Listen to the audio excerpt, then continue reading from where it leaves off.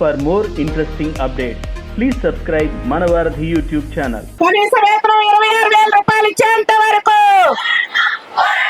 పోరాడి తీరుతాం, పోరాడి తీరుతాం, సాధించి తీరుతాం, పోరాడి తీరుతాం.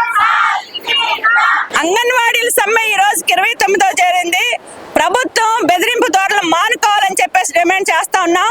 ఈ రోజు ఏదో షోకాజ్ నోటీసులు ఇస్తే అంగన్వాడీలు భయపడి సెంటర్లో తెరుస్తారు అని చెప్పేసి అనుకోవటం మీ కల్లా భ్రమ మాత్రమే.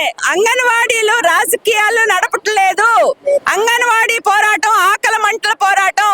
ఈ రోజు ఇస్తున్న ధరలకి, ఇస్తున్న వేతనానికి, పెరుగుతున్న ధరలకి సరిపోక చేస్తున్న పోరాటం. ఇప్పుడేదో గొంతెమ్మ కొరక హడావుడిగా రోడ్ల మీదకి రాలేదు.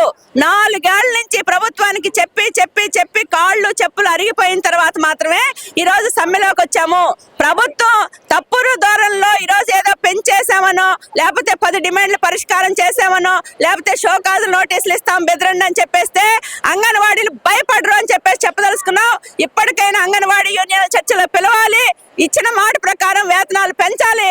అంతవరకు నిరవధికంగా మా సమ్మె కొనసాగిద్ది అని చెప్పేసి కూడా ఈ సందర్భంగా ఈ ప్రభుత్వానికి హెచ్చరిక చేస్తా ఉన్నాం. సమ్మె ఎటువంటి ప్రజలకి ఎటువంటి ఇబ్బందులు లేకుండా, గందరగోళం లేకుండా, సమ్మెలు వాళ్ళకి ఎటువంటి ఇబ్బంది లేకుండా ప్రజానీకానికి మేము సమ్మె శాంతియుతంగా జరుపుకుంటున్నాం. కానీ మా యొక్క డిమాండ్లు 11 డిమాండ్లు అడిగాము.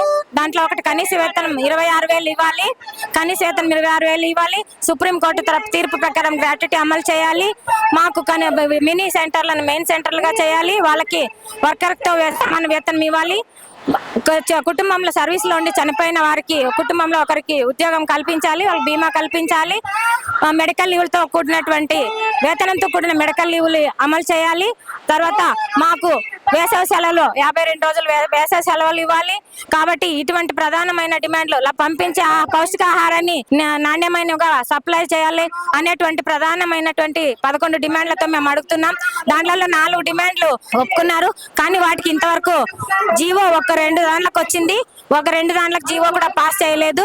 అదేవిధంగా మా న్యాయమైన 2 డిమాండ్లు కనీస వేతనం 26,000 ఇవ్వాలి, గ్రాట్యుటీ అమలు చేయాలని కోరుకుంటున్నాం. సార్, మేము ఎస్మా చట్టానికి భయపడే వాళ్ళం కాదు, మా ప్రాణాలను అర్పిస్తాము. మేము గౌరవ వేతనం కింద పనిచేసే వాళ్ళకి ఎస్మా చట్టం వర్తించదు. ముఖ్యమంత్రి గారు వాళ్ళ యొక్క సలహాదారులను ఇచ్చినటువంటి సలహాలను వింటూ మా పైన చాలా అరాచకమైన నిర్ణయాలను తీసుకుంటూ మాకు అంగన్వాడీలకు చాలా అన్యాయం చేస్తున్నారు.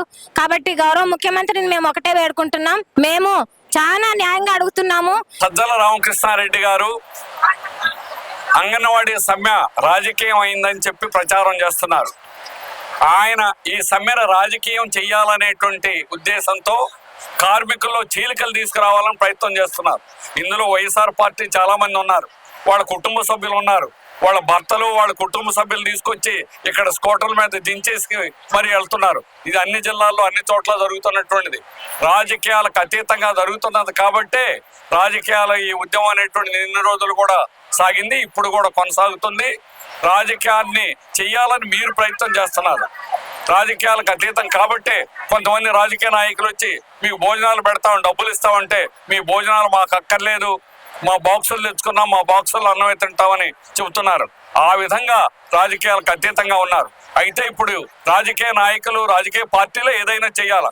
ఈ రోజు ఒక పార్టీ ఉండొచ్చు, రేపు ఇంకో పార్టీ ఉండొచ్చు. కానీ ఏ పార్టీ అయినా అందరూ వచ్చి మాకు మద్దతు ఇవ్వండి. సజ్జల రామకృష్ణారెడ్డి గారు వచ్చి మాకు మద్దతు ఇవ్వండి. ఆయన మీరు వద్దండి పలానా ఆయన్ని చంద్రబాబు నాయుడు పిలుస్తున్నా ఎప్పుడు చెప్పలా, వారేం పిలవలా. కుప్పం దగ్గర ఆయన పిలిచినా కూడా ఎవరు వెళ్ళలా, కుప్పంలోనే. అందుకని ఇట్లా ఎవరిని ఒక రాజకీయ నాయకులు పిలవడం, లేకపోతే ఒకరిని కావాలనడం, ఒకరిని వద్దని వారు ఏం చెప్పట్లేదు. కొంతమంది వచ్చి బలపరుస్తున్నారు, బలపరచడానికి కోరుతున్నాం. మిమ్మల్ని కూడా మీ ఆఫీసుకు కూడా వచ్చి వైఎస్ఆర్ కాంగ్రెస్ పార్టీ కూడా వచ్చి వారు మిమ్మల్ని ఆహ్వానిస్తూ కూడా లేఖ ఇవ్వడం అనేటువంటి జరిగింది. మీరు రండి, స్పందించండి, మద్దతు ఇవ్వండి. అంతేగాని దీన్ని రాజకీయం చేయాలని, రాజకీయాలు పొలవాలని మీరు ప్రయత్నం చేయడం అనేటువంటిది అది సరైనది కాదు. అలాంటి పద్ధతులు విరమించుకోవాలని, వెంటనే సామరస్యంగా పరిష్కారం చేయాలని కోరుతున్నాం. For more interesting updates, please subscribe Manavarathi YouTube channel.